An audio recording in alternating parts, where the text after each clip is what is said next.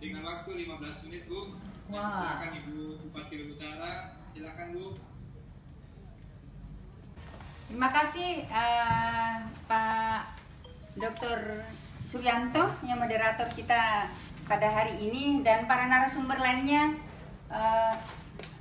Assalamualaikum warahmatullahi wabarakatuh. Salam sejahtera untuk kita semua. Saya mohon maaf kepada para peserta webinar pada hari ini. Kami baru saja selesai mengikuti upacara Hari Bayangkara ke-74 secara serentak ya. Dan terima kasih juga karena kami telah diberikan kesempatan untuk berbicara atau sharing mungkin lebih tepatnya terkait dengan upaya kita mengembalikan kejayaan petani kakao di Tanah Luwu khususnya. Nah, yang mungkin perlu di awal kami sampaikan bahwa pemerintah Kabupaten Luwu Utara ini dapat tugas berat dari Pak Gubernur. Ada 3 titipan dari Pak Gubernur yang disampaikan kepada kami. Yang pertama itu adalah bagaimana mengembalikan kejayaan kakao itu sendiri. Kemudian yang kedua mengembalikan kejayaan udang windu. Dan yang ketiga mengembalikan kejayaan jeruk siam Malangke. Nah, ini menjadi PR besar. Tetapi untuk informasi bahwa kalau kita berbicara kakao untuk Tanah Luwu, memang pertama kalinya ini kan mulai dibudidayakan oleh petani kita sejak tahun 1970-an. Nah, kalau puncak kejayaannya sendiri untuk Kabupaten Luwu Utara itu di akhir tahun 90-an sampai dengan tahun 2000 awal dengan luas area itu mencapai 56.000 hektar lebih. Nah, pemerintah Kabupaten Luwu Utara kemudian mengeluarkan kebijakan Germas Takwa atau Gerakan Masyarakat Tanam Kakao Berkualitas waktu itu. Dan kemudian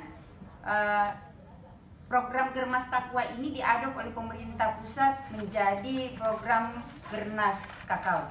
Tapi intinya adalah dari program ini upaya permajaan tanaman kakao dengan metode sambung samping dan dilakukan selama 2 tahun, yaitu tahun 2007 sampai dengan tahun 2008. Nah, selanjutnya perlu kami informasikan bahwa data sampai saat ini untuk Kabupaten Luwu Utara, luas areal tanaman kakao seluas 40.007 hektar dengan produksi 28.102 ton dengan tingkat produktivitas 1.005 kg per hektar dan melibatkan sebanyak 29.179 kakak tani ya.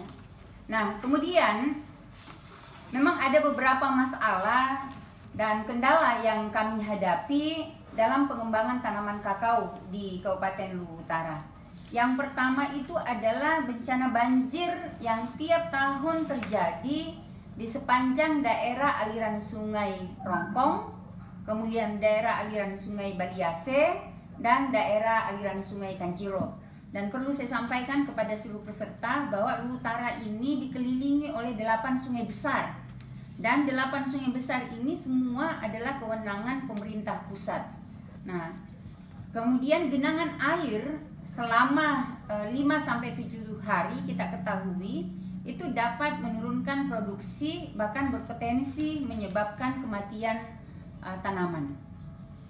Nah, kendala yang kedua yang dihadapi dalam pengembangan tanaman kakao di Kabupaten Luwu Utara adalah serangan hama dan penyakit, terutama PBK, di mana kita ketahui bahwa PBK ini dapat menurunkan produksi 60-80%. Ya, memang berbagai upaya telah dilakukan oleh jajaran pemerintah Kabupaten Luwu Utara, tetapi jujur saja bahwa sampai hari ini ya PBK ini, hama PBK ini belum tuntas. Meskipun ya sekarang kasusnya serangannya itu sifatnya kasuistik ya. Nah, kemudian kendala atau masalah lain yang dihadapi adalah terjadinya alih fungsi lahan kakao menjadi komoditi lain. Nah, kendala yang lain adalah tanaman kakao yang sudah tua dan tidak produktif lagi. Itulah kemudian pemerintah Kabupaten Luwu Utara membuat kebijakan untuk program Kakao Lestari. Nah, intinya kegiatan ini adalah peremajaan tanaman kakao terutama dan pemanfaatan lahan-lahan kering yang ada di Kabupaten Luwu Utara. Selanjutnya kendala juga yang dihadapi adalah sumber daya petani kita yang belum cukup memadai serta ketergantungan kepada pemerintah yang masih sangat tinggi. Nah, kami sebenarnya sudah cukup banyak dibantu oleh beberapa katakanlah pihak non pemerintah, NGO, kemudian perusahaan, ya, kemudian kemarin ada dokter kakao cukup banyak, ya, tapi masa pandemi ini yang aktif tinggal 10 orang. Ya. Nah, kemudian ada kebijakan yang dikeluarkan oleh pemerintah daerah untuk menjual buah kakao dalam bentuk fermentasi agar petani dapat memperoleh nilai tambah, itu juga belum cukup efektif.